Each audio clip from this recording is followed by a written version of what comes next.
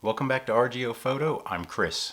Today is our last installment of our budget full frames, and we are at the $700 price point. And this is the price point that I really like.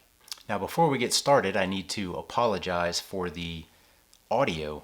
I have been having a heck of a time fixing the audio and could not figure out what's going on. And I think I just fixed it. Somehow, the microphone was plugged into the headphone jack port on this camera. I'm not sure how that would happen because I've never used the headphone jack port because I'm in front of the camera, not behind it, with headphones on. So I don't know why or how the cable got moved. So I think we should have some decent quality audio now because the past videos have been pretty much trash.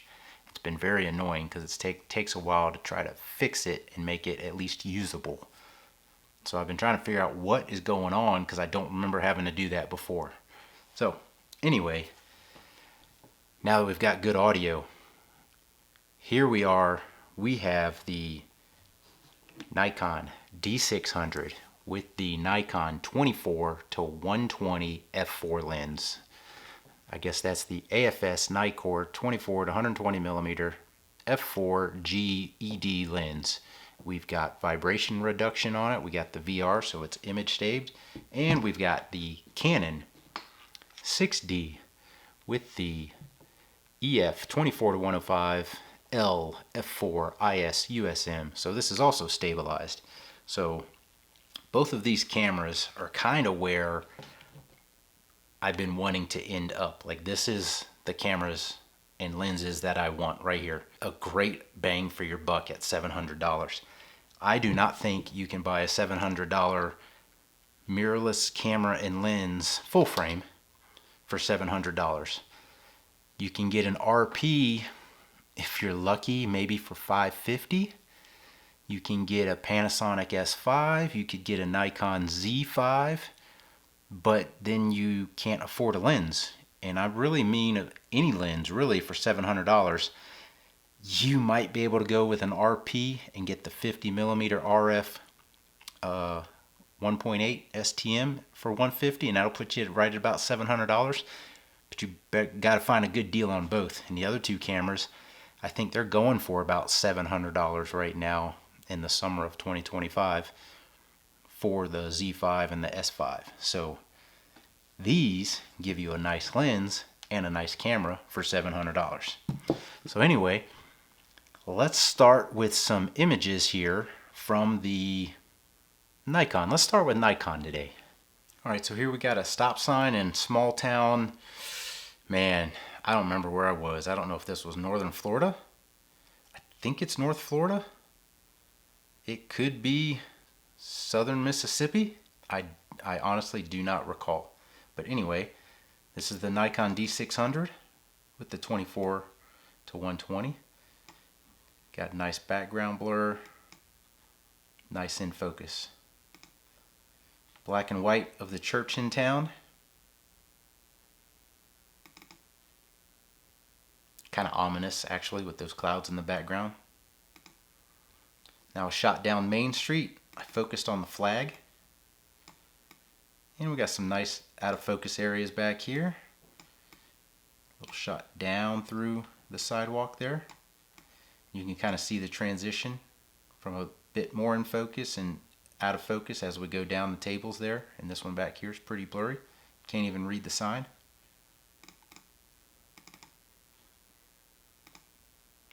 And this was kind of like a little portrait. I wanted to get a little foreground in the photo to kind of show how that looks. And then we got background blur that's way back there and way blurred out.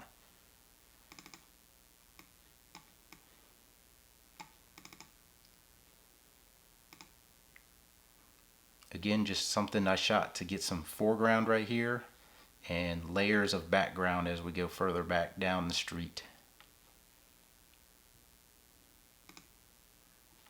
And here we focus here, nice and close. Transitions out to here. This was the library.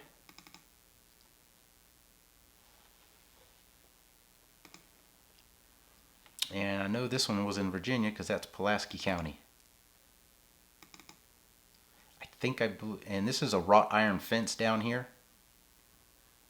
And the foreground blurred out. I think I blew the highlights on this top. I'm assuming this, each side of this above the clock area, I don't know what you call that, but has these horizontal lines in it. But you can kind of sort of see them right here and a little bit there, but I think I blew it out just a little bit there. So now let's check out a few photos from the Canon. All right, so here's a shot of a sunflower at my local lake. Zoom in nice and crisp and clear right there. Check out our background blur. We got the lovely reflection of the mountain here, kind of symmetrical here in the background. Nice reflection. Calm morning that day. Real calm morning that morning. Here's one of the Humpty Dumptys. They're so easy to photograph because they have such good color in them.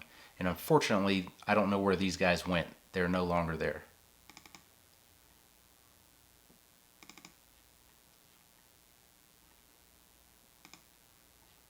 I was peeking through a little flower pot, so I'm looking through a couple of leaves.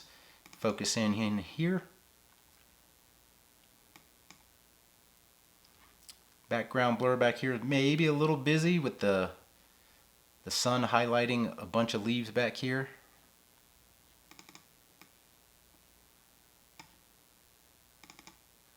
A lot of contrast in that scene there. So now we got the Pioneers Museum back here. And this goofy line right here, this is an antenna, maybe a flagpole, but it's a pole right there. That's why it's kind of goofy looking right there. We got a nice focus right here. You can see all the little scratch marks in the lock.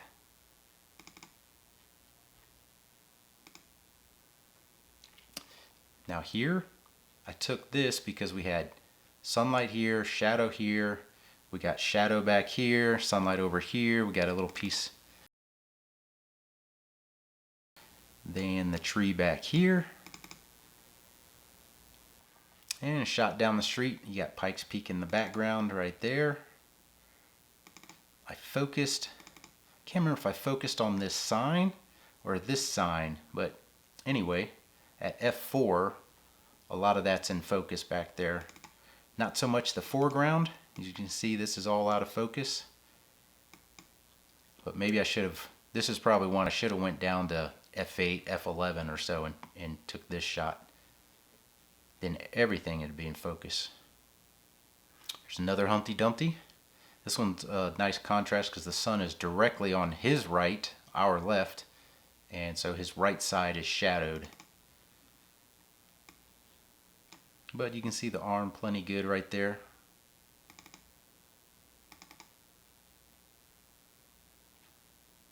So the point of me showing all these example photos isn't necessarily that each photograph is such a great thing in and of itself. Some of them are ones I really tried to do well. Some of them are just examples to get that foreground, subject in focus, and background blur and kind of show what these things are capable of. You know, like when I do the parking meters, that could be a portrait of a person, but that's what the background would look like. That's how sharp it would be on a person. So that's kind of like what those are. Just some of them are just examples. Some of them are me trying. So imagine a good photographer with one of these, what they could do with them. So those are example shots with our pinnacle of the budget full frame cameras right here. So these are my end goals for these two DSLRs, is to be outfitted with these lenses. And I think in the near future what we're going to do is we're going to do a versus mano a mano of these two guys. So we'll put them on the test thingy here. I will take some photos with the same settings at the same subject, and we can compare background blur, and we can, because the quality of the background blur to me is a kind of a big thing. Just making it blurry is one thing, but having decent background blur is another. So some lenses do it better than others, that Tamron from the last video it's a little erratic. It's a little busy back there, but overall I think these do a pretty good job.